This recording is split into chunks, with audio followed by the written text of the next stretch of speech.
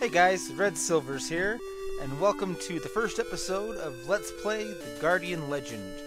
I've mentioned a couple of times this is a very nostalgic game for me, and I know that I've had a couple of friends that have been waiting for a long time to see me play through it.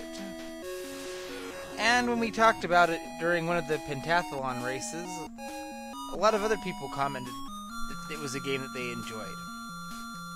So here we get our little story crawl. Basically, there is a giant world flying towards the Earth, and we are the only one that can stop it. You can see the world in the little title screen there. And we play as the Guardian of Earth, hence the name The Guardian Legend. What I did not know when I played this game as a kid is this is actually the sequel to a MSX game called Gardic, and the Japanese title is Gardic Gaiden. So starting out, I'm going to be using a new game. I'll have to show you the password system because that is the reason that I've never actually beaten this game before. The password system is kind of a big mess. But we're going to go ahead and start a new game and start the first stage here, the starting corridor. And right off the bat, I love that the first stage music is also the music they used on the title screen. I thought that was a cool touch. There's not really a whole lot you can do in this stage except for fly and shoot, and a turbo controller can be a big help.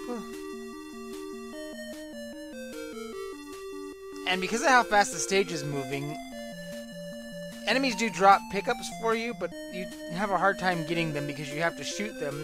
You can see one flying there. That little yellow effect you saw flying back was an enemy dropping something, and me being too fast. Oh, that one I did pick up. The pickups are hearts, blue and red chips, and all of them restore your health. These guys here you can actually kill if you shoot them enough. I don't think you could even do it without a turbo controller. And we're just about done with this stage. This section where it slows down. And get a little build-up of this defense system here. And music kicks in.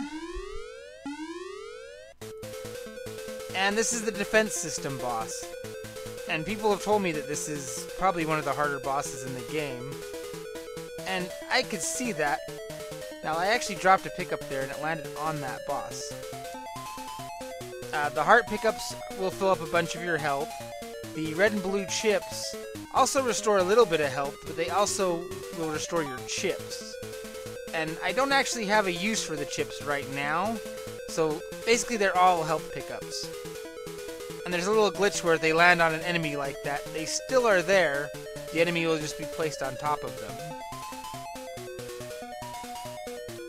And I probably could have done this a little smarter by clearing out one side so I didn't have bullets everywhere. That's okay. If you watch, you can see even the bullets that these guys shoot, I can get pickups off them. Let's just goof off with that for a moment. Come on. See, there we go. I got a little pickup there. What kind of pickup is that? See, that's a red chip. Blue chips look the same. And with that, the first level is complete. And just like that, the shooting section is over for a bit. And you get treated to a little story scene here. There's a message that was left behind from somebody that used to live on this world.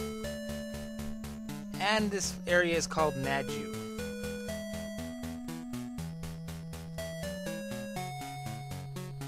So the person that left this message will sometimes leave little hints on how to progress in the game.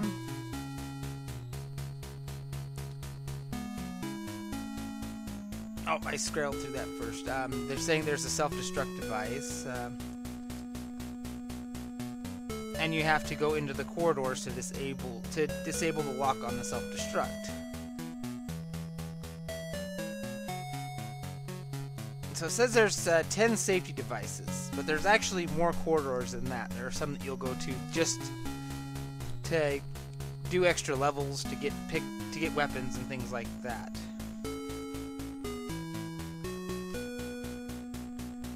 I hope this message will not be read by anyone. It will mean that I have failed. And I love the way that they do that, because you get drawn in just off that story.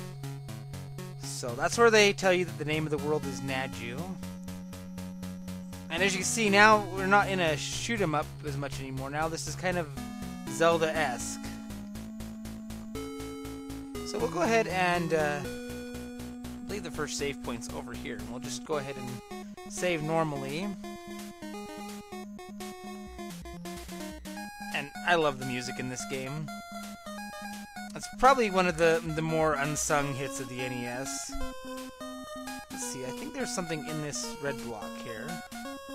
There is. That was some kind of a pickup. And this is your mini-map screen. You can see there's a dot over to the left that's blinking. That is where our corridor is. That's our first goal. And the other dot is where I'm at. So you're stuck in a central area. As you progress through the game, other areas will unlock. You'll get keys to open doors. I think this is where there's a save point at. Yes, okay, here's our save points are these creatures. And these are called landers, the blue landers. And look, there's our password. Now, picture you're a kid, it's the early 90s, and you write that down. Chances are you're going to write it down wrong, or you're going to make a mistake somewhere. And it'll actually let you re-put in the password to check and make sure you've written it down right. Which I guess is nice, but that is a long password. There are so many times as a kid where I would keep track of the passwords and then go to put it in the next time I played and it wouldn't work. So this is easily a game that would have done a lot better with a Zelda style save the game and hold reset or whatever. But talking to this guy will also set this as a save point, so if you die, you'll respawn right here with the blue lander. So that's pretty nice. You'll save your score. So we're going to go ahead and call that an episode. And next time we'll explore, we'll pick up some new weapons. And that's when the gameplay will get to be a little bit more interesting, because we'll have new varieties instead of just sitting here and shooting. Oh, and I guess you have to actually disable your weapon by setting it to no use before you can... your sub-weapon, basically, in order to save. So until next time, this is Red Silvers, and you have yourself a good night.